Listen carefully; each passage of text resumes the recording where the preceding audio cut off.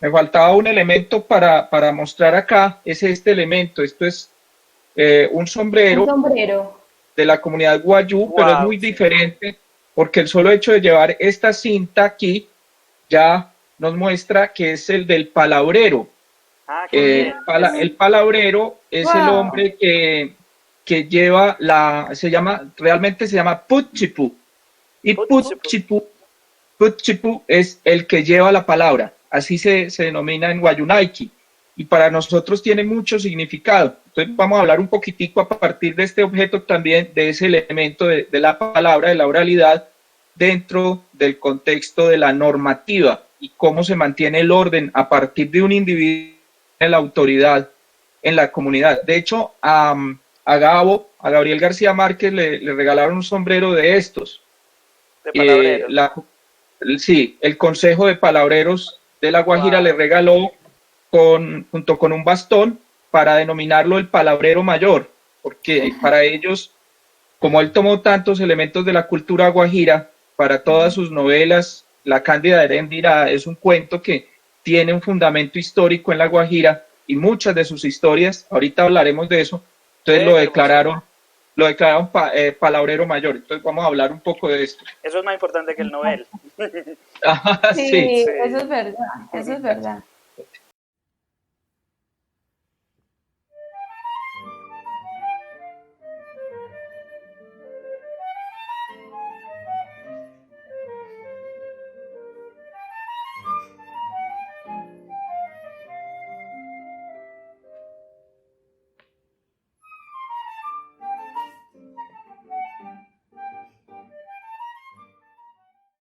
Bueno, sean todos bienvenidos a este conversatorio, espacio programado por la Sala Samuel Bernal del municipio de La Ceja y de la Sociedad de Mejoras Públicas.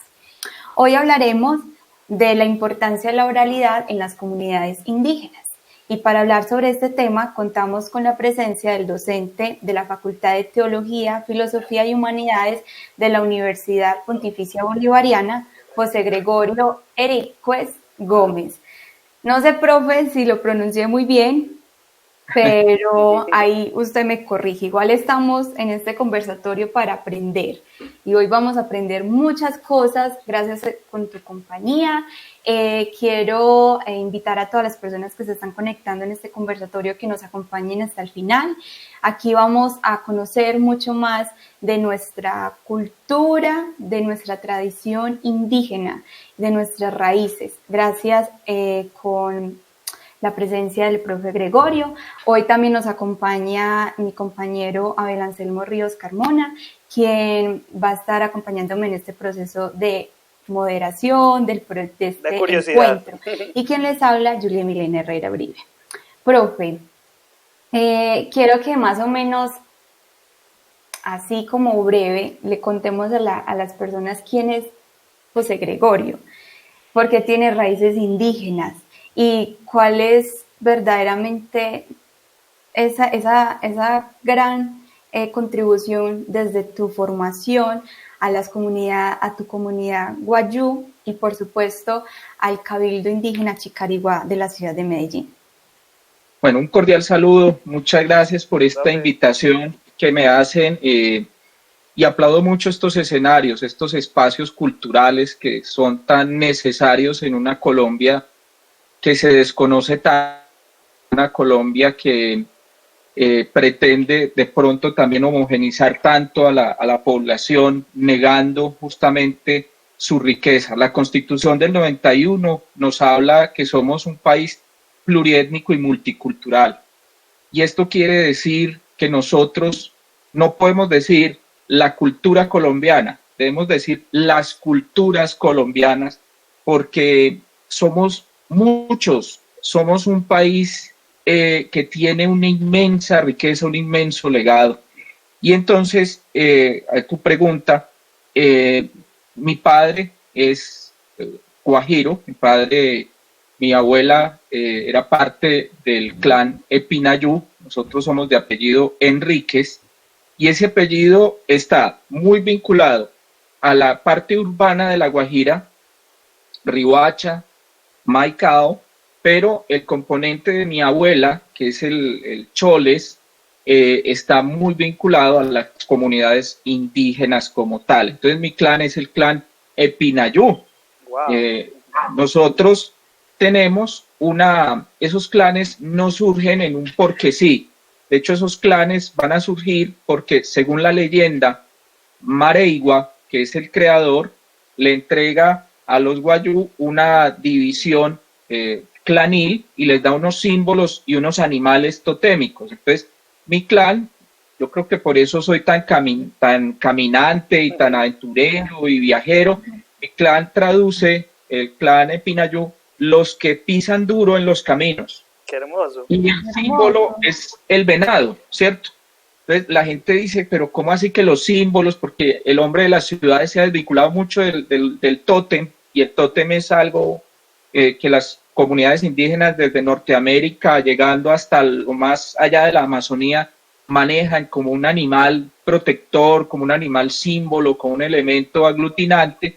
Yo les explico un poco que eso sería como el Patronus de Harry Potter, ¿no? Cuando él invoca Patronus, que sale el ciervo, que sale... ahí está esa energía, ese vínculo con la naturaleza. Entonces, yo creo que eso definió un poco que yo me fuera por la línea de las humanidades. Qué hermoso. Porque entendí que ahí estaba en la antropología, en la sociología, en la historia, porque la historia hay que empezarla a narrar de otra manera.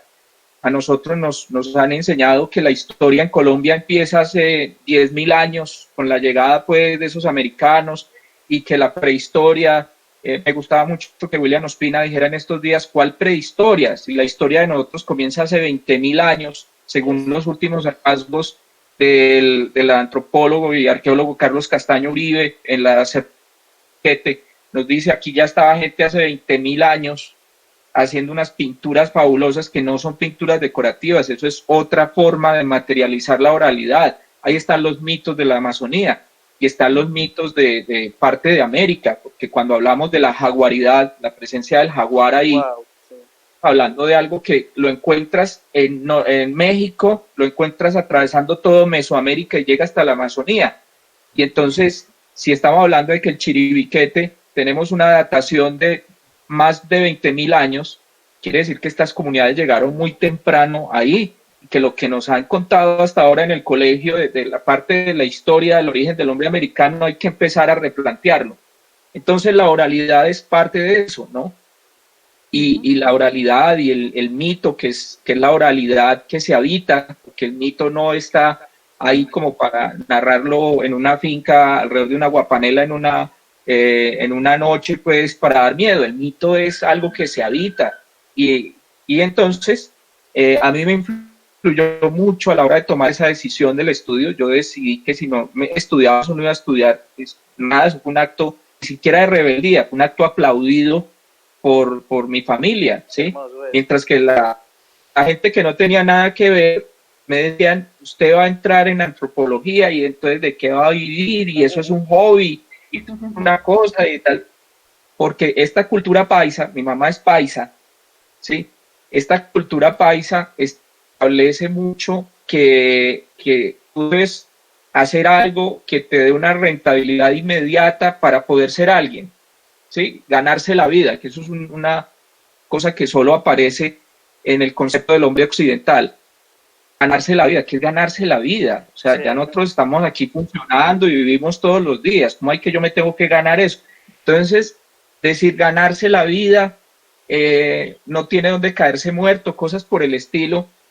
Y entonces yo veía la sociedad antioqueña, representante de la sociedad occidental industrializada, capitalista, ¿cierto? Muy capitalista, y veía lo contrario en la sociedad indígena Wayuu, tranquilos, viviendo en su contexto, interactuando, felices, porque cuando vemos ese concepto de pobreza, riqueza, entonces aquí la preocupación es tener esa casa revocada, que se vea además con el baldocillo no sé qué, con el balcón, ojalá con la antena de Sky, una cantidad de cosas.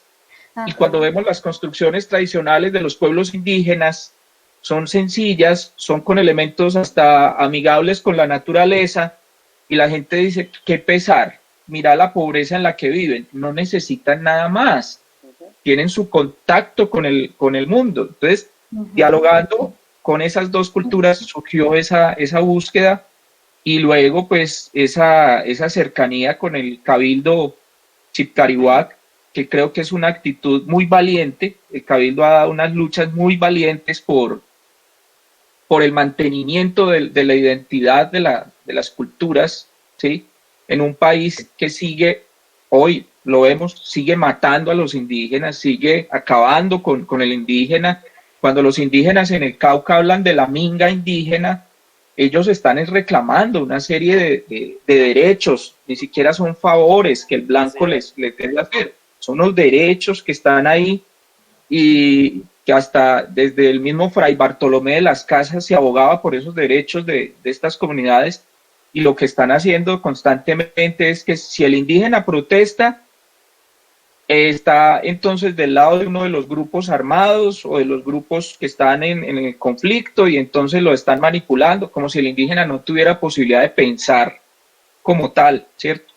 Mira, me he extendido mucho en este punto, pero es que en Colombia estamos hablando de 68 lenguas nativas, 68 lenguas. De esas 68 estamos hablando de que aproximadamente son 850.000 individuos los que las están hablando, aproximadamente, porque los censos nunca llegan, el DANE nunca llega a la totalidad de los territorios, ¿sí? Se hacen unas aproximaciones, pero en este momento estamos hablando de que hay alrededor de unas 5 lenguas casi extintas en Colombia. Eso es lamentable, eso es vergonzoso. Y estamos hablando de que 18 lenguas, entre 18 y 19 lenguas aproximadamente, van camino al peligro de extinción. Cuando vemos qué está pasando en Brasil, vemos que hay una protección de las comunidades nativas. Cuando vemos México, Guatemala y toda esa zona, hay una valoración de esas lenguas, hay una apropiación cultural, hay un reconocimiento del otro en sus territorios. Y en todo esto, Colombia ha avanzado gracias a la Constitución del 91, pero el hecho de lo que yo te estoy hablando, les estoy hablando de estas lenguas que están en extinción, me dicen que hay un problema tremendo. Entonces ahí es donde entra una institución como el Cabildo para el fortalecimiento de todos estos procesos. Se logra a través de muchas luchas, por ejemplo, el tema, las universidades le pedían a los chicos el examen de manejo de segunda lengua y lo exigían en inglés. Y entonces, ¿dónde quedaba la lengua nativa? ¿Dónde quedaba la lengua con la que ellos habían nacido? Entonces se tenía como primera lengua el español y como segunda lengua el inglés. Y entonces la nativa quedaba borrada. Entonces, la lucha para que se considerara que el español era la segunda lengua y la nativa era su primera lengua, ¿cierto? ¿Cómo le voy a imponer yo el inglés? Entonces, esto no es una cuestión pues ni de izquierdas ni de tal cosa, es un reconocimiento del otro. ¿Cómo le voy a imponer yo el inglés al emberá, al guayú, al huitoto? ¿Para qué? ¿Qué va a hacer él con eso realmente? ¿Cierto? Va a cumplir un estándar del Ministerio de Educación, y lo que hicimos fue destrozarle su proceso cultural y decirle, sí, ya tiene un certificado. ¿Qué va a hacer con ese certificado realmente? Si no hay acceso a muchos otros elementos en la educación. Entonces creo en lo que hace el Cabildo, creo en lo que están trabajando actualmente, y bueno, seguirá como esa lucha. Maravilloso. Creo que con esta gran introducción podemos abordar temas muy interesantes a partir de la oralidad. Por ejemplo, profe, el Cabildo tiene varias comunidades, varias etnias, dentro de este espacio. ¿Cómo hacen estas comunidades para transmitir todas sus costumbres, identidades, tradiciones dentro de esta comunidad Chicariguá? ¿Cómo hacen todas las comunidades?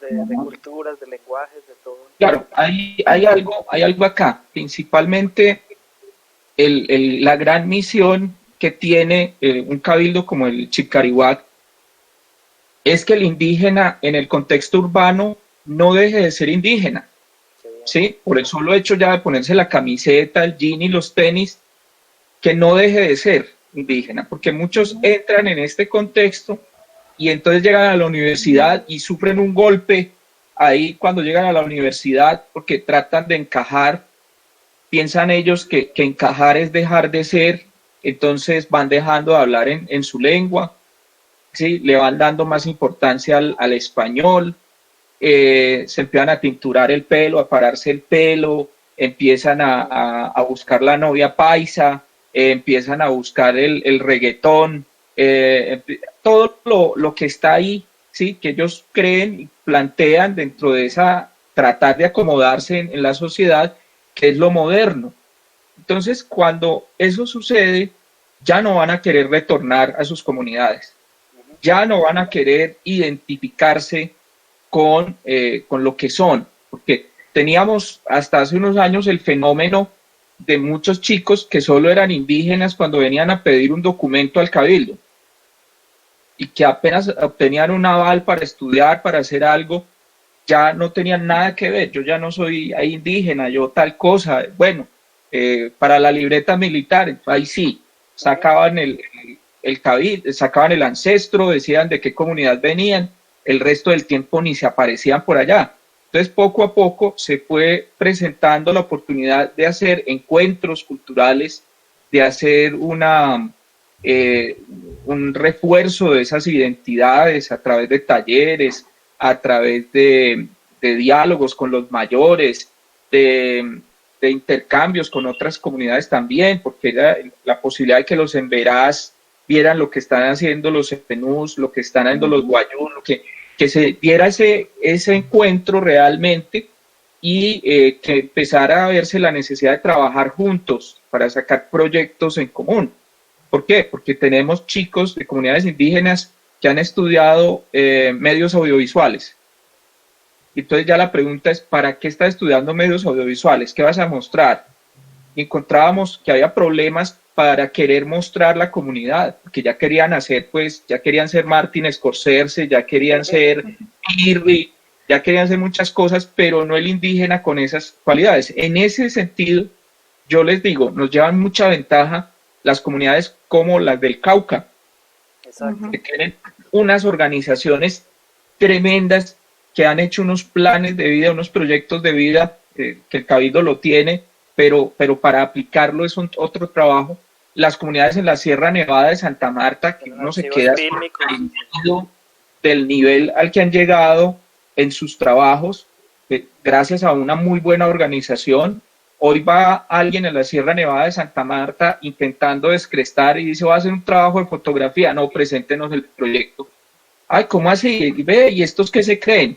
No, es que allá hay gente estudiada, hay abogados, hay antropólogos, directores de cine. Claro, y usted los va trayendo su mochila, entonces la gente dice, no, yo les vengo a hacer el favor. Pues, ¿cuál favor? Ya para tomar una fotografía, porque ellos se cansaron. En la Sierra Nevada se cansaron y las comunidades se cansaron de que llegue el otro, tome la foto y gane una convocatoria, yo no sé qué, y luego ven su foto en una ficha internacional y el fotógrafo se ganó un montón de plata.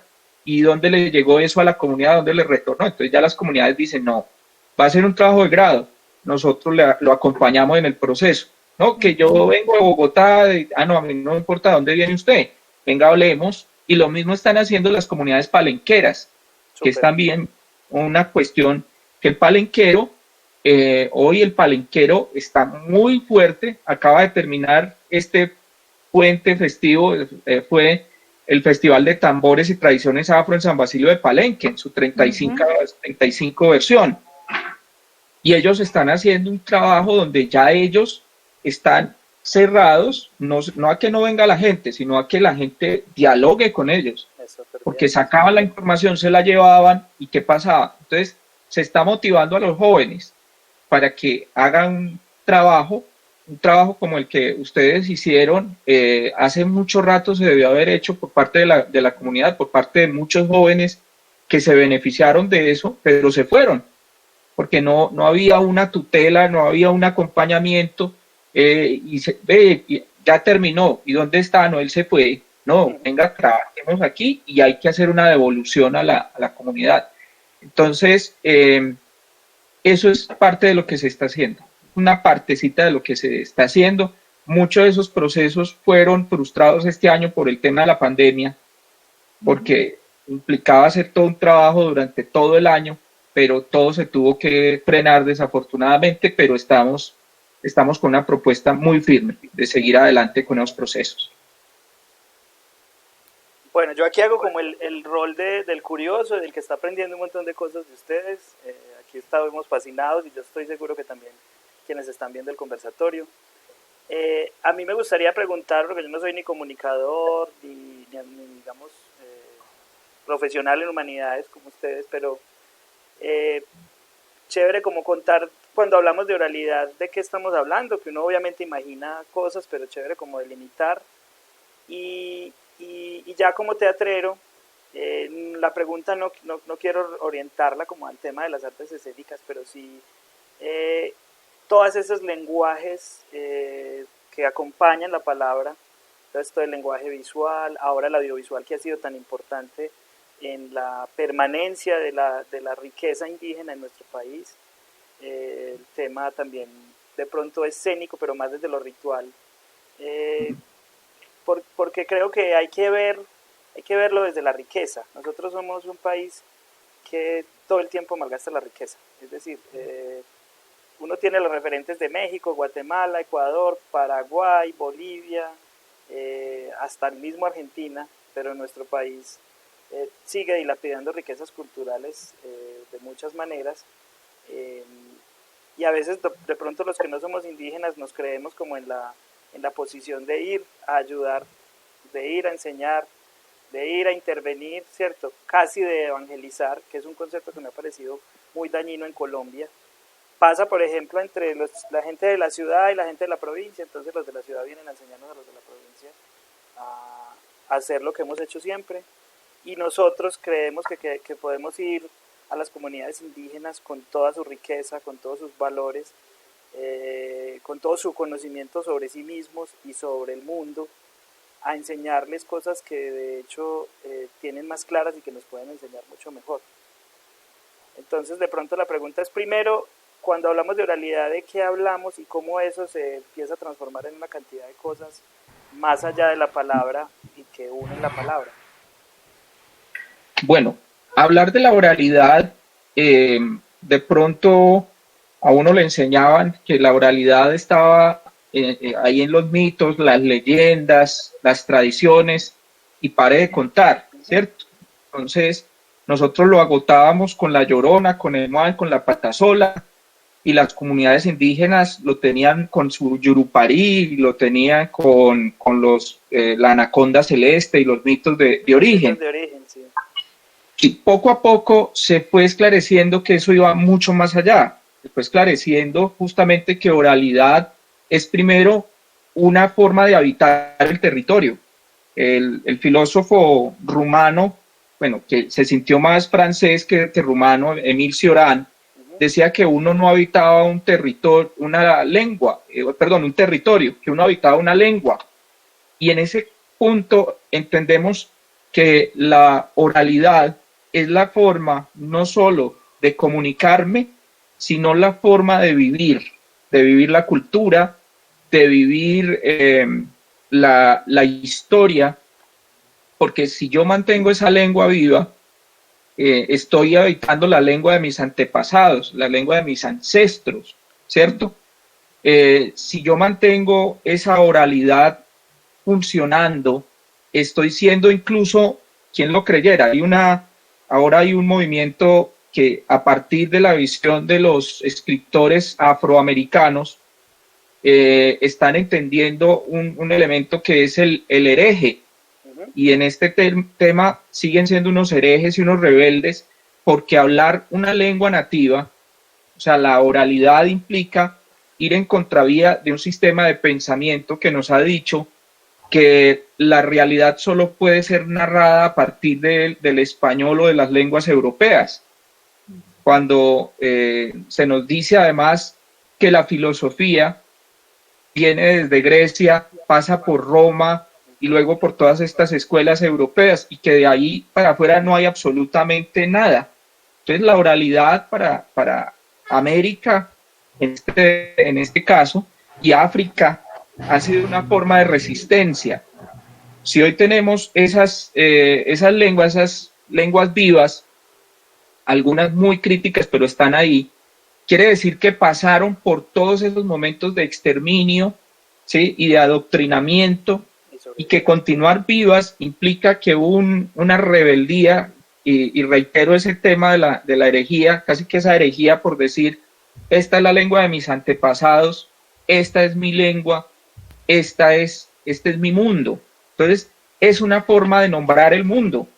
De hecho, Gabriel García Márquez lo entendió en un momento, porque cuando él tenía que resolver cómo narrar 100 años de soledad, él encuentra que la única forma de narrar 100 años de soledad era la misma manera en la que su abuela, de origen guayú, narraba las historias. Y él se había criado entre los guayú.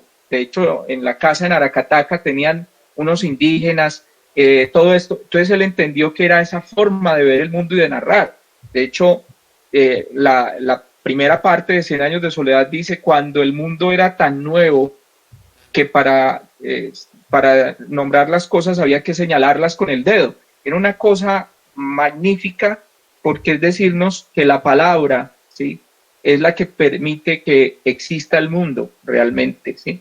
Y hoy esa oralidad se ha traducido, por ejemplo, en cada vez más presencia de poetas de naciones indígenas de América en el Festival Internacional de Poesía de Medellín. Eso me parece fabuloso, porque nos están viendo que además el territorio de la novela, el territorio de la poesía, el territorio del teatro y otros espacios no es exclusivo de lo europeo, que es también posible para mantener viva esa oralidad.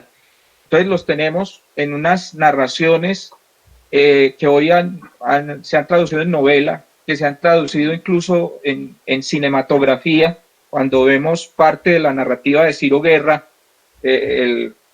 los viajes del viento y Pájaros de verano, toda esa narrativa, y otros que hoy están haciendo mucho trabajo en sus comunidades. De hecho, algo que logró la Constitución del 91 fue que justamente se hicieran unas traducciones de la misma Constitución a las lenguas nativas, y eso fortaleció los procesos de la etnoeducación. Cuando ya hablamos de etnoeducación, estamos hablando de docentes que enseñan en su lengua, y eso es fabuloso porque también rompemos ese esquema de tratar de civilizar al otro. ¿Cómo así? Es que el otro no tiene civilización. ¿Sí? Cuando se dice, yo vengo de la ciudad donde tengo la ducha, donde tal cosa, pobrecito el embera, y resulta que el embera está mirando, me dice, pobrecito el que habita la ciudad. ¿Por qué? Porque el embera baja al río y saca un pescado, pasa por la platanera y coge unos plátanos, pasa por el naranjo y toma su fruta. Con eso solucionó el problema del almuerzo. Pobrecito nosotros que tenemos que pagar por el pescado, por el plátano y por todo. Entonces, ellos nos están invitando a vernos de otra forma, y esas narrativas hoy nos están diciendo, mire lo que pasa, cuánto llevaban los habitantes de la Sierra Nevada de Santa Marta llamándonos la atención sobre el tema del cambio climático. Y las comunidades indígenas norteamericanas hablando del cambio climático, y todas las comunidades americanas nos decían, vea, algo va a pasar, cuidado, que algo va a pasar. Cuando hoy tenemos el coronavirus, que indiscutiblemente es un producto de todos estos factores que el hombre occidental generó, esas comunidades nos están diciendo, yo se lo dije hace mucho tiempo, pero como se lo estaba diciendo el indio, entonces ya es otra cosa. En ese sentido, voy a compartir con ustedes que hace unos años estuvo un poeta guatemalteco con mucho contacto con las comunidades indígenas de su tierra, Alan Mills, y Alan Mills tiene un hermoso poema que dice lo siguiente: el indio no es el que mira a usted en el catálogo de turismo, cargando bultos o llevándole comida a la mesa. tampoco el que ve desde la ventanilla y pide monedas haciendo malabares, ni el que habla una lengua muy otra y resiste fríos nocturnos. No, el indio está dentro, a veces se le sale, acéptelo, aunque lo entierre en apellidos, aunque lo socave bien y niegue su manchita de infancia, ahí está, acéptelo. Y si aparece esa agua rancia, voraz, el aguardiente que inflama, ya verá que se le sale. El indio empuja con su fuerza de siglos, emerge ardoroso y se le sale, con lo guardado, con lo que dura doliendo. No, no es otro. El indio soy yo. A ver, repita conmigo. Alan Mills le hace un gran homenaje a ese proceso que es justamente el de reivindicación hoy de estas comunidades. Entonces yo creo que ahí la oralidad se materializa justamente en otra forma de narrarse. Hoy se está reclamando que ya es hora de que nos digan realmente qué significó 1492 para la historia de estas comunidades. Aquí no hubo un descubrimiento realmente, ¿cierto? Hubo un proceso que cortó, ¿sí? Cortó unos desarrollos interesantísimos en estos pueblos americanos.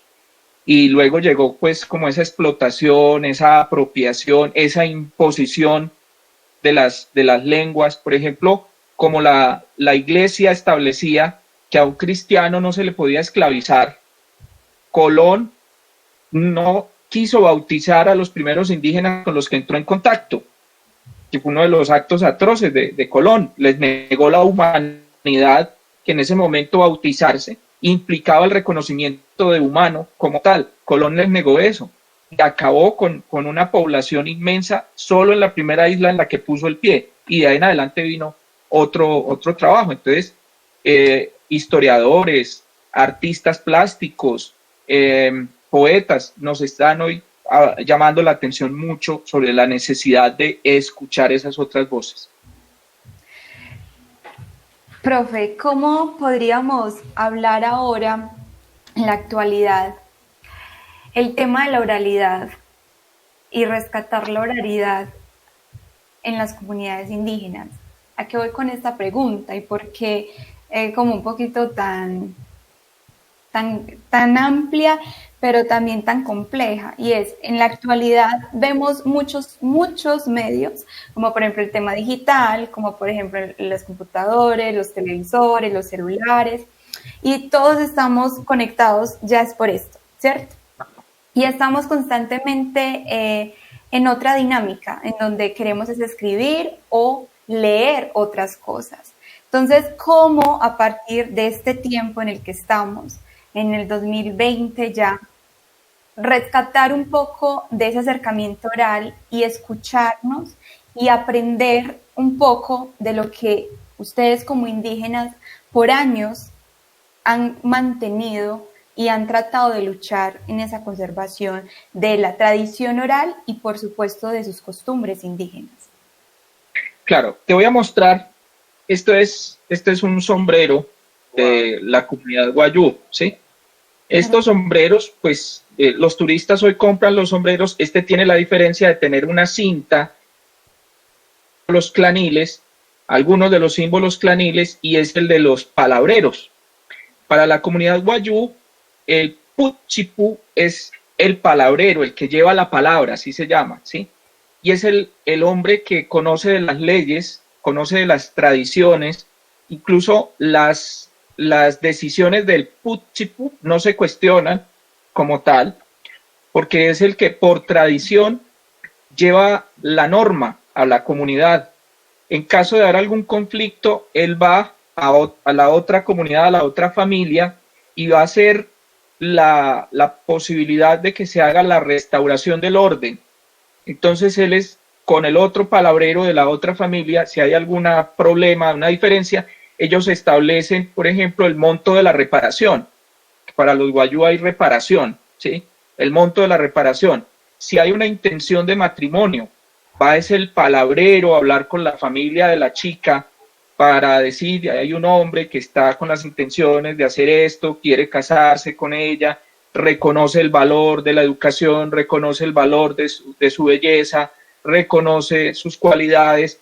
Entonces, ahí se habla de la dote, que es uno de los elementos que la gente no entiende. La gente dice, ay, compran las mujeres. No, es la dote, que esa dote es para ella realmente, para que ella administre y viva, y en caso de que las cosas no funcionen, también se puede ir y llevarse su dote para continuar adelante con su proyecto. Entonces, el Puchipu no hay un texto que el Puchipu estudie. El Puchipu aprende de uno que lo va entrenando para conservar esa tradición. Entonces, no podemos decir que hay una escuela de Puchipu, no, son los iniciados los que van siguiéndolo. Varias universidades del país le han dedicado trabajos de grado en sus facultades de Derecho a la normativa guayú como tal, pero también tenemos los chamanes, y el chamán, pues no vas a ir a una universidad a estudiar para ser chamán. El chamán aprende a partir de la oralidad, ¿cierto? La cocina se aprende a partir de la oralidad y de la práctica. Entonces, creo que hoy más que nunca está viva esa oralidad, hoy más que nunca está viva esa forma de consolidar el proyecto de las comunidades. Yo ahorita hablaba de los palenqueros, y eso te sorprende ver el orgullo con el que el palenquero habla su lengua. El palenquero es un producto de toda la historia, y ellos tenían un momento en el siglo XX que a ellos les daba pena, porque en Cartagena es muy clasista, Cartagena es totalmente segregacionista con el negro, lo tiene como parte de la exhibición turística, pero lo mantiene a raya. Y entonces el cartagenero se burlaba del palenquero y le decían que no sabía hablar, que el palenquero era prácticamente un bruto, etcétera, etcétera. Y hay un momento de quiebre cuando es un palenquero el que le da a Colombia un título mundial de boxeo, Antonio Cervantes Kid Pampelé. Eso una locura, porque ¿y este de dónde salió y qué pasó? Y había una cantera de deportistas en San Basilio de Palenque, y lo primero que hace Kid Pampelé es pedir que se trace una vía para comunicar con la vía principal a San Basilio de Palenque. Ahí la gente empieza a descubrir que Palenque es otra cosa, ¿cierto? Pero faltaba el proceso de que el palenquero mismo entendiera quién es. Y es donde viene todo este tema de la etnoeducación, todo este tema de que ellos mismos valoraran sus procesos históricos y culturales, y hoy es para ellos una exigencia moverse en la lengua palenquera. Tú llegas allá y te están hablando en palenquero, y conferencias en palenquero, y bueno, todo esto porque ellos dicen, esto es mío, cuando ellos los declaran patrimonio inmaterial de la humanidad. Imagínense hasta dónde llega eso, patrimonio inmaterial de la humanidad, es porque ya habían hecho un recorrido muy largo para afianzarse como comunidad. Los guayú lo están haciendo porque hoy, también. Claro, y en la Guajira, el guayú es la segunda lengua más hablada después del español, porque contemos con Riohacha y Maicao, que hay una cantidad de arijunas viviendo, entre ellos sirio-libaneses, que es una de las lenguas habladas en la Guajira. El árabe es una cosa tremenda. Entonces, creo que si vas a los resguardos en Guambía, los vas a encontrar hablando su lengua, los vas a encontrar cantando en su lengua.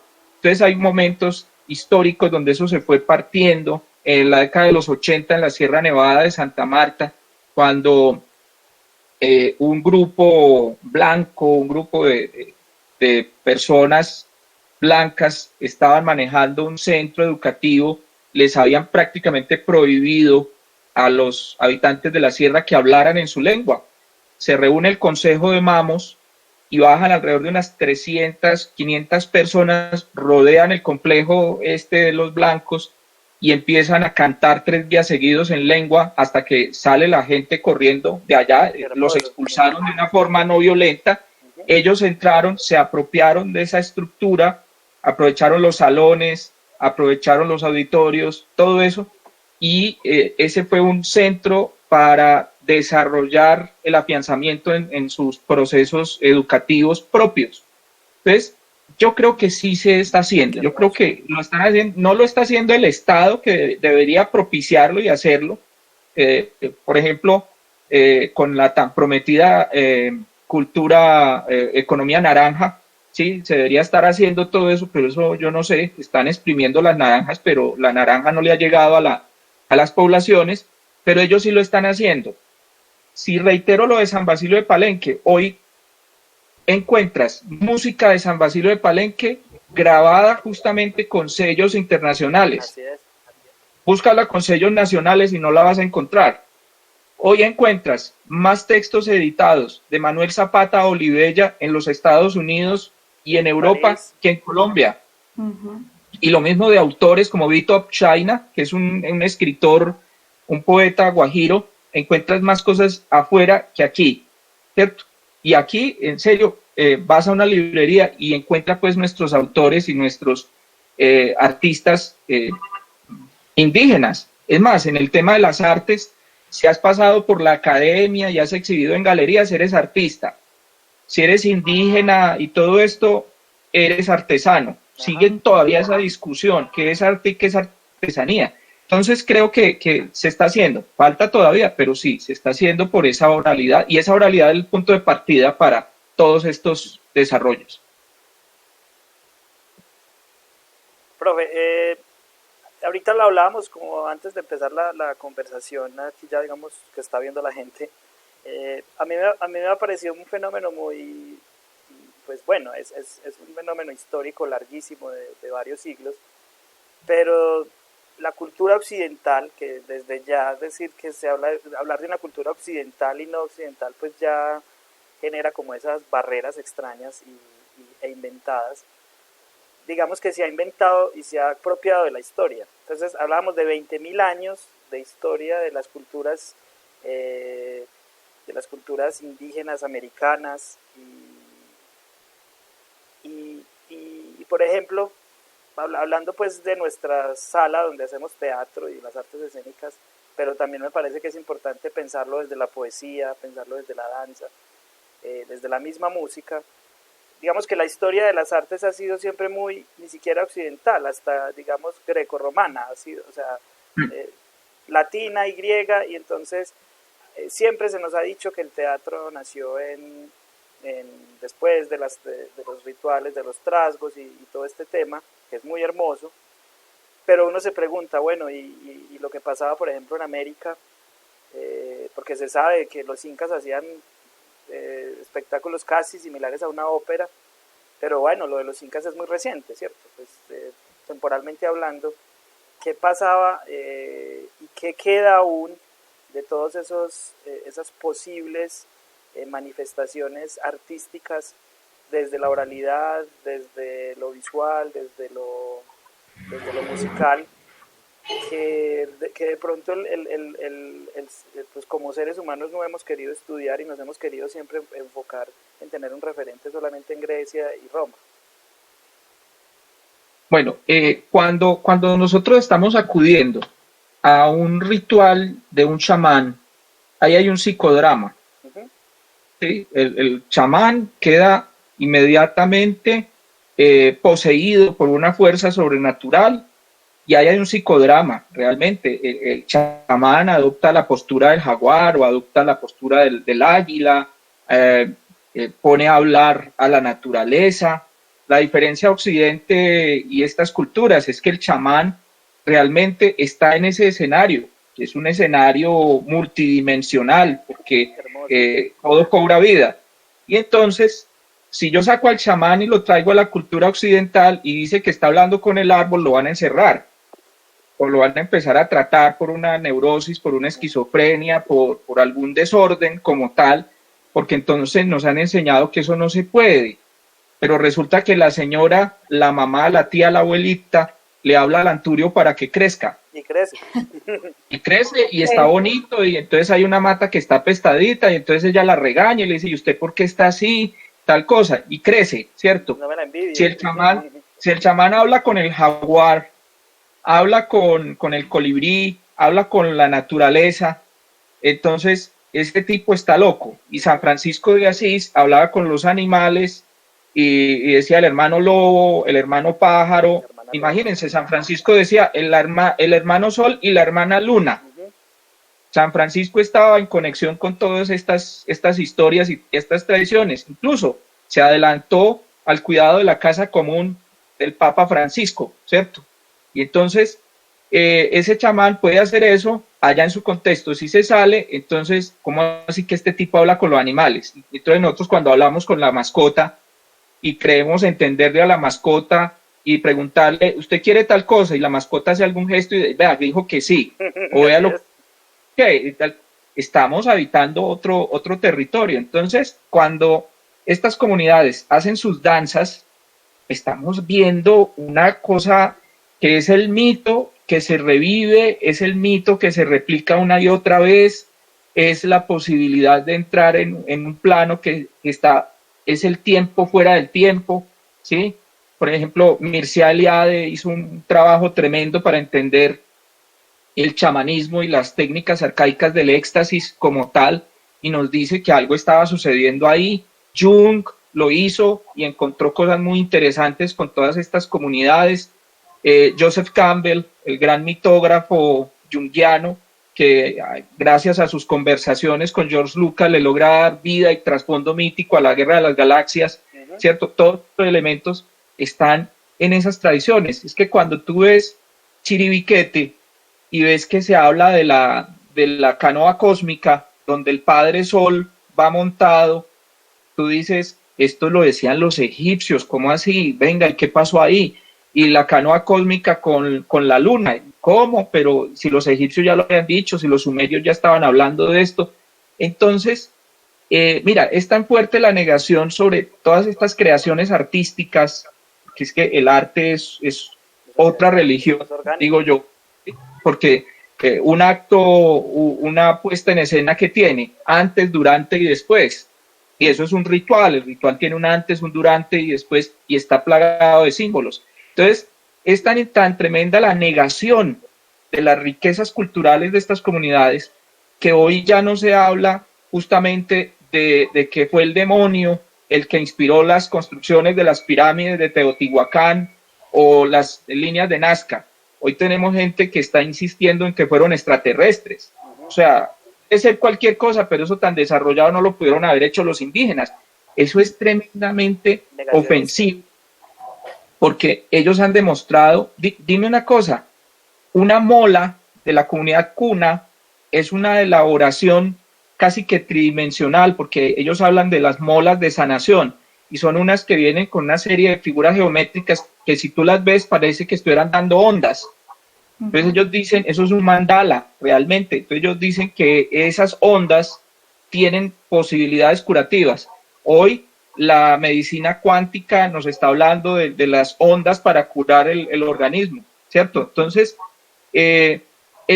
ellos han puesto el mito y el ritual unidos con una gran y hermosa estructura artística que le da fuerza a eso. Entonces el chamán se pone su máscara, sus penachos, las maracas, los tambores, y eso, el tema del tambor, hoy está más que establecido en el tema de la musicoterapia, la fuerza que el tambor puede tener o que estos instrumentos pueden tener en el organismo. Entonces, los tambores te ponen en un estado alterado de conciencia y van acorde y van subiendo tu ritmo cardíaco. Y eso lo entendieron los DJ y la música electrónica, la misma historia del chamán. Cuando vemos un grupo de muchachos saltando con unas luces y una música que hace boom, boom, boom, boom, boom, y te lleva justamente a tu ritmo cardíaco, ¿sí? Entonces ellos lo pudieron entender, pero la gente no, porque se quedó en la visión de que todo lo que hace el indígena es para sorpresa y decir tan jodido del indígena, véelo tan fregado como... No, hicieron su propio recorrido histórico y su propio recorrido intelectual. Entonces las artes, pues cuando estás viendo todos estas elaboraciones de los mayas, de los incas, cuando estás viendo Nazca, cuando ves, reitero, Chiribiquete, San Agustín, tú dices, ¿a dónde hubieran podido llegar muchas de estas culturas si no se atraviesa el europeo con su pensamiento impuesto y con su ceguera frente a las cosas. ¿Dónde estarían estas comunidades, estos estados-nación, muchos de ellos, de pronto con unos elementos más refinados? Si ya habían tenido acceso a la astronomía y a las y a la medicina, de alguna forma, estábamos viendo unas civilizaciones. ¿Cuánto nos demorábamos para decir que eran civilizaciones? Claro que sí. Me parece, yo creo que aquí hay mucho por dialogar, conocer, aprender, explorar. Me parece maravilloso, sorprender totalmente. Creo que este conversatorio vale la pena que todos nosotros nos demos la tarea de explorar mucho más de nuestras raíces indígenas, de no ver el indígena como siempre lo hemos de alguna manera visto, el indígena, o señalarlo como el indio, el que hay que enseñarle, el que hay que pobre, el limitado, sí. exacto. Entonces, aquí con este conversatorio podemos darnos cuenta de que verdaderamente eso ha sido un error de toda la vida y que hoy por hoy podemos acercarnos a estas realidades, conocerlos y enriquecernos y hacer posible de que todos estos procesos de oralidad hayan un intercambio, no de arrebatar nada, sino un intercambio en donde podamos trabajar en conjunto y hacer muchísimo más fuerte nuestras culturas, así como lo dice el profe Gregorio, somos multiculturales, así que no es solo una cultura, somos muchas, y hacer posible que nosotros nos podamos interactuar entre todos sería la riqueza más grande que tendríamos acá en nuestro país. Hay un tema que me parece interesante y que podríamos conversar antes de ir terminando el conversatorio, y es, profe, el poder que tiene la oralidad.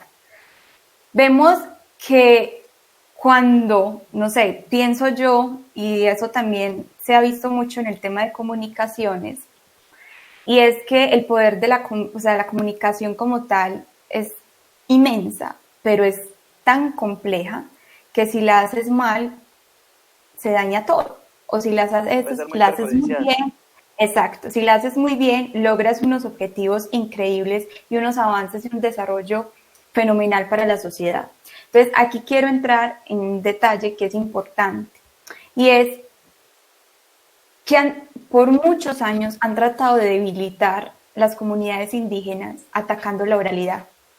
Quiero hablar un poco de eso porque me parece importante, de que verdaderamente la oralidad es una riqueza y también es un poder que tenemos en nuestras manos, que puede ser destructivo o puede ser a favor de nuestra cultura. Vemos que muchas comunidades indígenas se han perdido precisamente porque ya no tienen la conservación de su lengua. Vamos a hablar de eso un poquito para que las comunidades y todas las personas que nos están viendo en este momento nos demos cuenta del valor que tenemos y de la importancia de ayudar los procesos de conservación de nuestras lenguas indígenas. Claro, mira, lo que dices fue parte de la empresa de la conquista. Uh-huh. Cuando se logra quitarle al individuo su lengua, su tradición oral, no hay la posibilidad de construir redes, no hay la posibilidad de tejer esas redes sociales. Entonces se entendió que si se suprimían esos hablantes, que si se imponía una nueva lengua, se iba a generar un control sobre los territorios.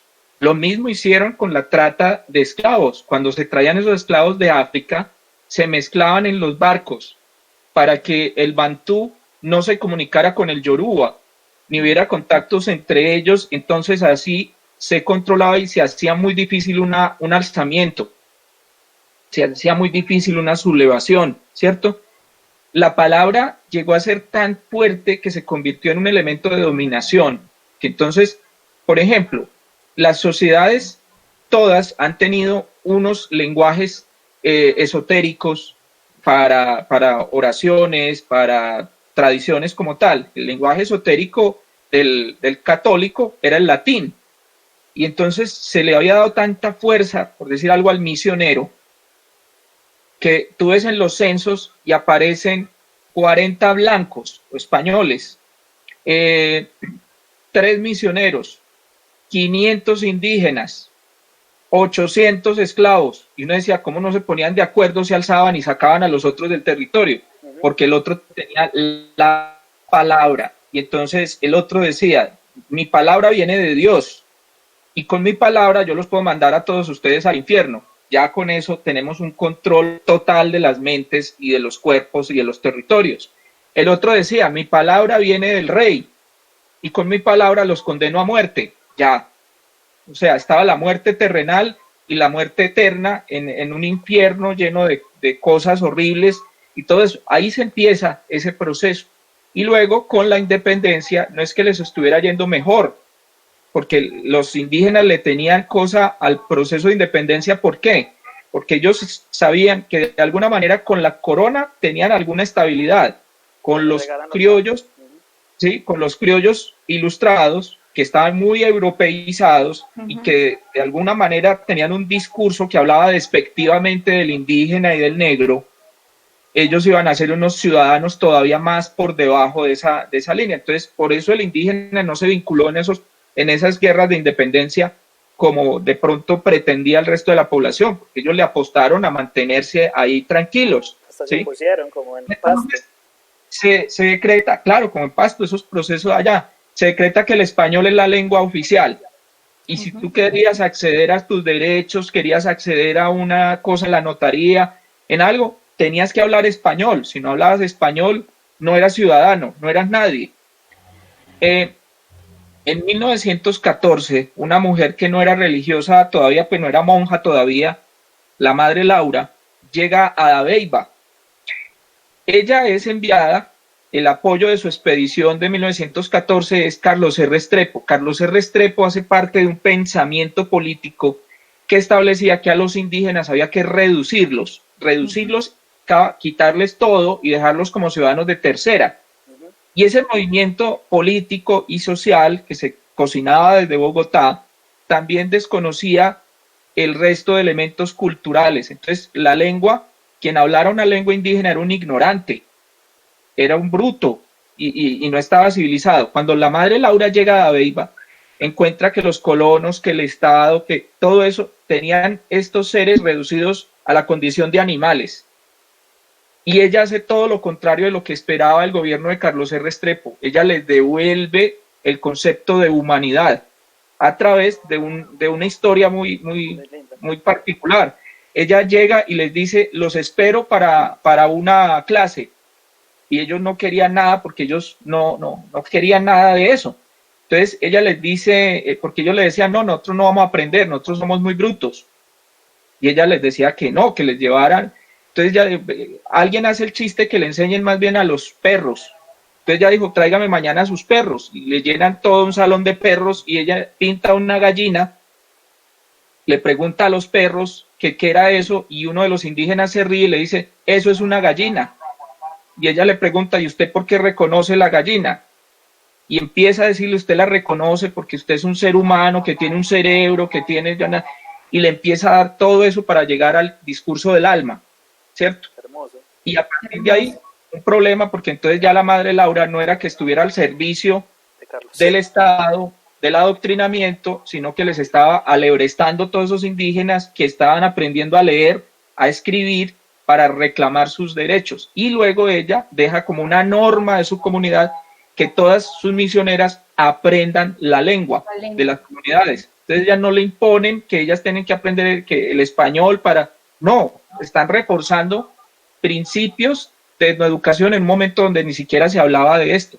Entonces, creo que el quitar esa lengua y el imponer la lengua del arijuna, del blanco, del occidental, sigue siendo uno de los actos violentos que no deja cadáveres, de expropiación, de expoliación y de genocidio, porque se están matando culturas y eso es una cosa que no se recupera. Cuando matas unos individuos, habrá otros individuos que tomen las banderas y continúen adelante. Cuando matas una cultura, ya lo que ha ocurrido con los gitanos, en nuestro territorio. Hoy no encuentras gitanos aquí en Medellín o en el Valle de Aburrá. Se fueron porque estaban perdiendo su identidad y la Constitución los reconoce con su lengua romaní también, que son una minoría, que ese es otro término que a partir de la palabra empezamos a acabar con el otro cuando le pongo la etiqueta,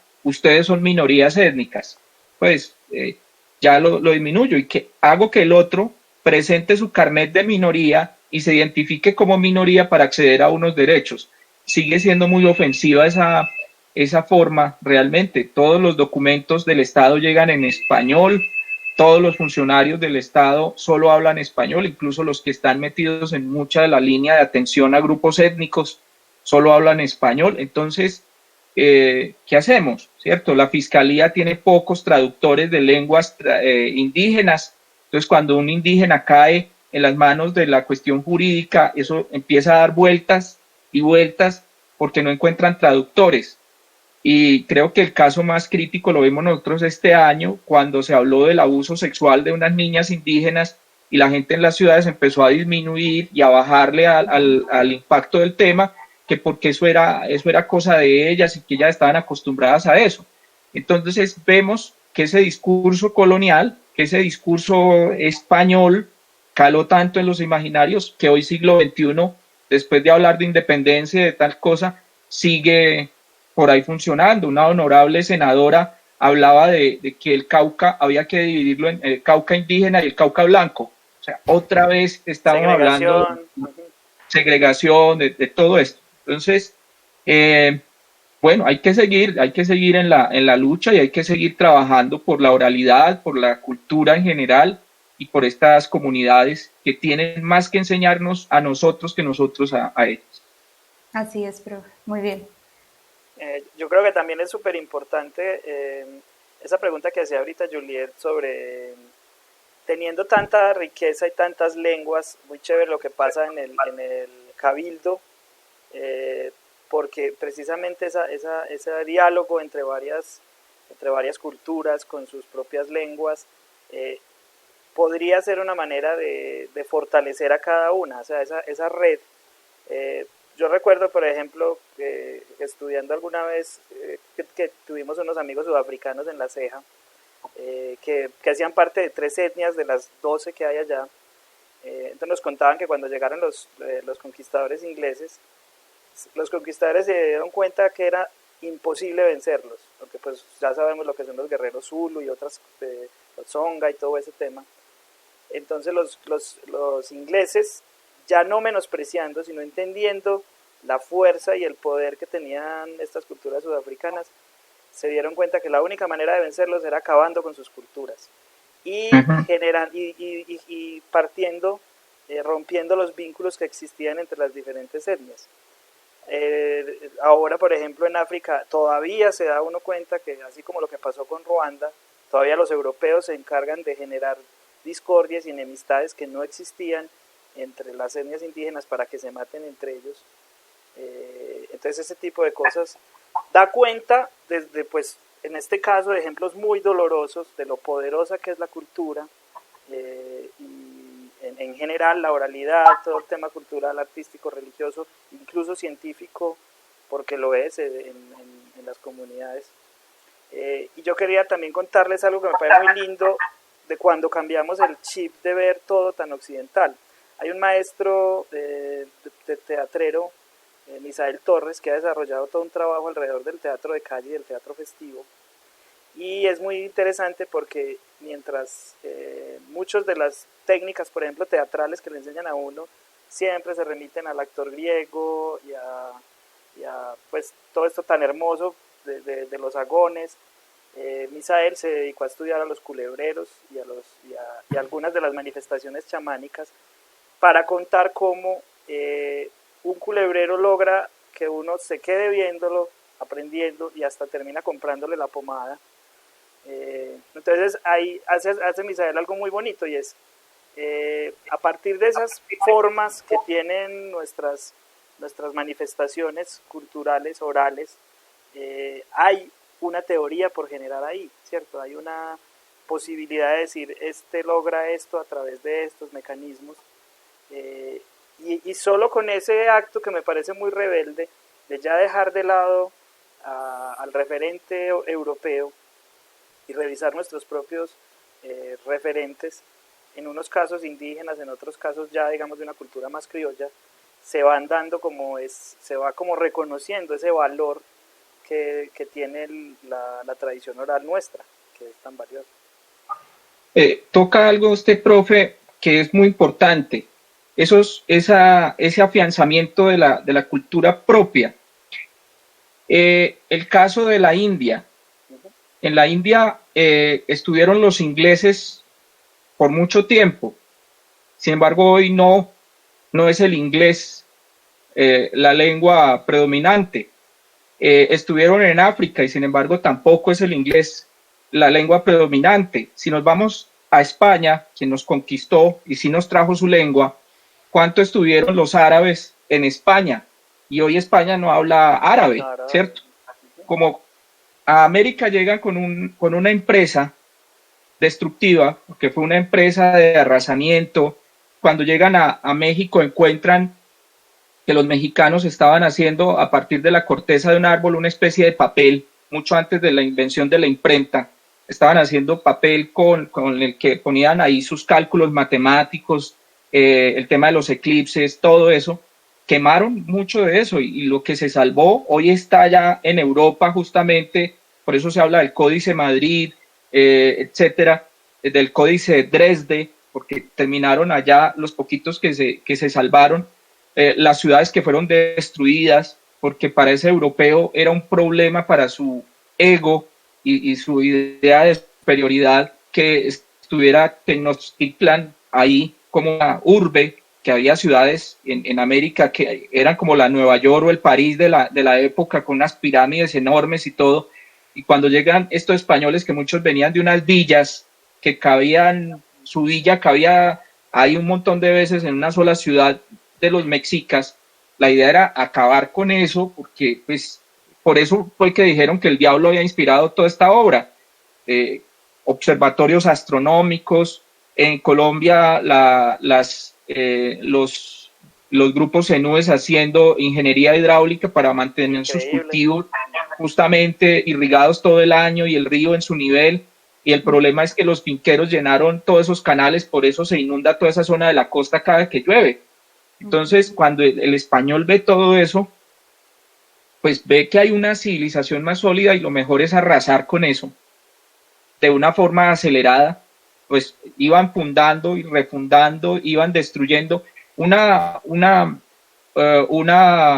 algo que nos muestra la diferencia es que, por ejemplo, el cristianismo hizo algo que fue hacer presencia en muchos sectores, pero en algunos sectores, incluso en Europa, mantenían el nombre original del lugar que habían ocupado. Entonces, por eso aparece Santa María Proto Venus o algo así, que es para decir, aquí había un templo después, aquí todo se arrasó, las momias incas fueron quemadas, los templos fueron destrozados, los sacerdotes fueron quemados, y entonces por eso nosotros hoy tenemos el español regado por todo este continente, porque fue ese tema, ¿sí? Fue acabar con esa cultura. Y luego, tristemente, tenemos ya las décadas en el siglo XIX, la Casa Arana en el Amazonas, que si alguien quiere entender qué significó eso, pues léase la vorágine de José Estacio Rivera para que entienda lo que Arturo Cova logra ver allá en las caucheras, esa explotación tan horrible.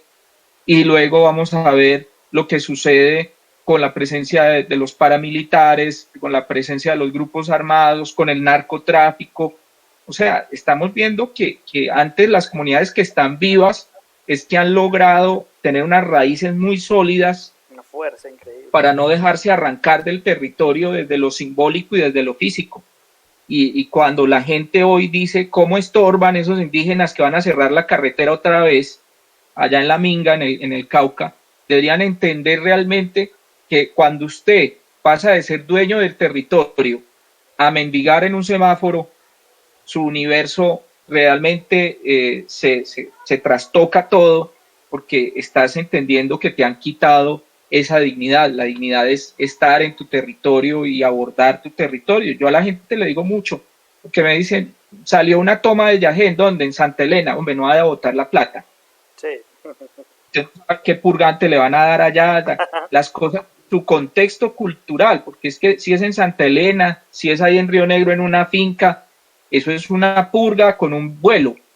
Pero cuando estás con el chamán, cuando estás en el contexto, es la teatralización del mito a través de la palabra, de la música, de todo eso, y esa es otra historia. Entonces, creo que la globalización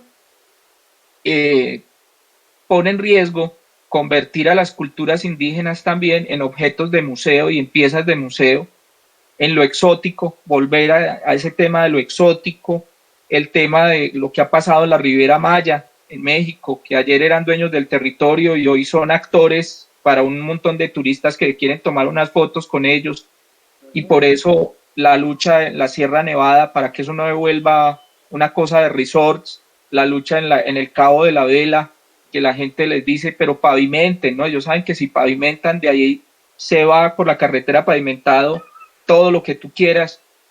Entonces es la dignidad, es la defensa de lo que nos dejaron los ancestros, es la salvaguarda de ese gran patrimonio que no es solo de nosotros como comunidades indígenas, es de toda Colombia, ¿sí?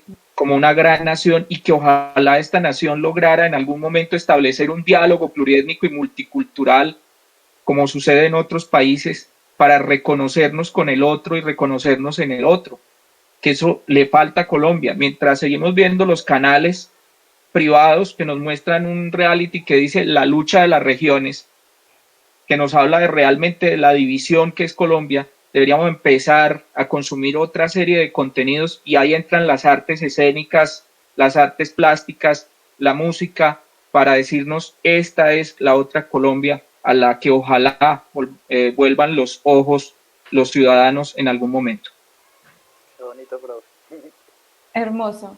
Me parece que llegamos a un punto clave de este conversatorio, la importancia verdaderamente de acercarnos a estas tradiciones que las hemos dejado por años tiraditas por allá en un rincón. Creo que es hoy por hoy la oportunidad, con todo este tema digital, con todo este tema de estas herramientas que nos ofrece la tecnología, para llevar a más lugares del país, a más escenarios y personas, lo que verdaderamente es el indígena y lo que somos nosotros como raíces de nuestros ancestros, como dice el profe, porque de alguna manera yo soy indígena. Y siempre lo he dicho, yo afortunadamente soy colombiana y tengo raíces muy fuertes de aquí, y amo mi país y amo lo que soy. Pero para amar lo que soy, para amar nuestro país, hay que amar nuestro territorio y hay que amar las personas que habitan este lugar. Y hay que empezar por reconocer al otro y su riqueza. Y es a partir de ahí, con este diálogo con el profesor Gregorio, con la compañía de Abel Anselmo, que podemos comprender estos fenómenos y podemos acercarnos a entender un poco más de lo que nos estamos perdiendo, por dejarnos idealizar cosas que verdaderamente no son nuestras y que las hemos dejado interiorizar o sistematizar de una manera tan normal. Ya todo es tan normal que perdemos verdaderamente lo valioso de la vida y lo valioso de nuestro territorio. Quiero que antes que terminemos ya para despedirnos de este espacio, me gustaría, profe, que nos compartieras, no sé, un mensaje, algo que las personas, si quieren de pronto conocer un poco más de la tradición oral, de las lenguas indígenas, también un poco de cómo acercarse al Cabildo Chicarigua, cómo lo pueden hacer, también de alguna manera cómo invitar a las personas a que participen de los espacios que ustedes realicen, de los conversatorios, de los encuentros, en donde sea posible la unión de culturas y de encuentros entre ciudadanos. Bueno, el Cabildo está ubicado en el barrio Prado Centro, estamos a una cuadra de la estación Hospital. Como te decía, estaba todo este año alrededor de una programación, de una muy buena intención de hacer cada tanto una serie de encuentros. Tenemos mucha fe en este proyecto que ustedes elaboraron de medios, ese plan de medios que estábamos necesitando tanto, porque se han hecho algunos encuentros, se han hecho algunas socializaciones, pero entonces también hay que estrellarse mucho con unas burocracias muy grandes que te exigen un montón de cosas de acuerdo pues a ciertos requerimientos, y entonces lo habían hecho prácticamente inviable. El Cabildo también ha trabajado de la mano de la Secretaría de Etnias de la Alcaldía de Medellín, un ente que existe hace un buen tiempo, dentro de esas exigencias también de la ley para el fortalecimiento de estos grupos. También queda en el barrio Prado Centro, en la carrera 50D, queda la Secretaría de Etnias, que funciona a la par con la Casa de la Integración Afro. Entonces ahí se están consolidando también algunos proyectos culturales muy interesantes. Este año se detuvieron, pero hay proyectos de danza, hay proyectos de música, hay proyectos de oralidad que se fortalecen. Está el Museo Etnográfico de la Madre Laura, ahí en el sector de Belencito, que es uno de los más completos y de los mejor montados en el tema de el reconocimiento de las culturas. El Banco de la República, ahí en el Parque de Berrío, en su sala de exhibición, constantemente tiene elementos que hablan del territorio. Incluso han desarrollado un juego para acercarse al tema chamánico y al tema de los jaguares, un juego didáctico de esos de dados con fichitas y todo eso, para volver a jugar en familia. Entonces hay materiales, hay elementos. La página virtual del Banco de la República tiene muchos materiales de las comunidades indígenas. La colección Palabras al Viento, también de la Presidencia de la República, la encuentran así, Palabras al Viento, tiene unas colecciones sobre textos de comunidades indígenas nuestras, unas ediciones muy bellas, y creo que año tras año hay una búsqueda por enriquecer esos catálogos. Los contenidos del canal Señal Colombia me parecen hermosos frente a la divulgación. El mismo Telecaribe tiene una programación muy amplia para mirar estas culturas. Y hablaba ahorita del Festival de Tambores de San Basilio de Palenque. Lo encuentran en la página de Facebook así, Festival Tambores San Basilio de Palenque, y hicieron unos talleres de lengua palenquera fabulosos para uno irse introduciendo en esas lenguas, para ir entrando en qué es eso, qué es el tambor, y por qué el tambor es un refuerzo de la oralidad, porque el tambor es un medio de comunicación en su momento. Entonces, que la gente vaya explorando, que la gente vaya aprovechando todos estos medios digitales, todas estas TIC, para introducirse en esto, para que no sea TikTok, sino TIC, que nos lleve a la comunicación con el otro y al entendimiento del otro. Y eso es fabuloso. Creo que aquí hay un mundo por descubrir. Cuando yo hago mis viajes con grupos, que suelo hacer viajes nacionales con grupos, mucha gente me dice que se estaba perdiendo de mucho, que había ido a Europa, que había ido a Estados Unidos, que se había descrestado con un montón de cosas por allá, pero cuando llegan acá, dicen, hombre, tuve que haber empezado por acá. Sienten hasta pena por haber hecho primero lo otro. Cuando empiezan por acá, dicen, no tenemos nada que envidiarle, porque si vas a San Agustín, vas a encontrar que hay cosas que superan N veces lo que hay en otros países. Una señora me decía, yo estuve en Stonehenge y eso es un montón de piedras. Aquí sí estoy viendo arte, aquí estoy viendo, y estaba en San Agustín y la señora me decía, esto es fabuloso. ¿Qué hay en San Agustín? una narración. Es que el hecho de que hablemos de culturas ágrafas, o sea, aquellas culturas que no tienen un alfabeto, yo no sé qué, no quiere decir que la cultura no existiera. Existía y ahí está plasmada en todos esos otros textos. Muchas gracias, profe, por estas grandes palabras. Hoy hablamos y fue de un gran encuentro realmente con lo nuestro a partir de esta conversación. Muchas gracias por haber aceptado este conversatorio, por este espacio, por el tiempo.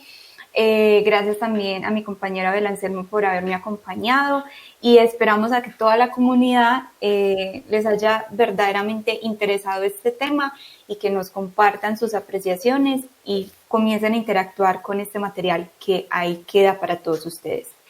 Gracias. Muchas gracias por la invitación. Se queda uno lleno de asombros, de sorpresas, también de inquietudes, de cuestionamientos y hasta de orgullos. Yo quiero contarles que cuando vinieron los amigos de Sudáfrica, nosotros les decíamos, ustedes son la nación del arco iris, y ellos nos decían, y ustedes son arco iris caminando. Pues para terminar, es muy valioso y muy importante este acercamiento a nuestra riqueza indígena desde el respeto del asombro. No es solo el exotismo, es una cantidad de cosas por aprender ahí para la vida de nación que nos estamos perdiendo y que no podemos seguir cayendo en esa trampa.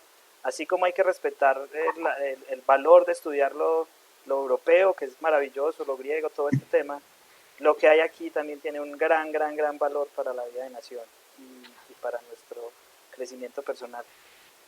Así es. Muchas gracias por la invitación y qué rico haber compartido con ustedes. Muchas gracias, profe. Gracias, profe. Que estén muy bien. Bueno, hasta una próxima. Chao.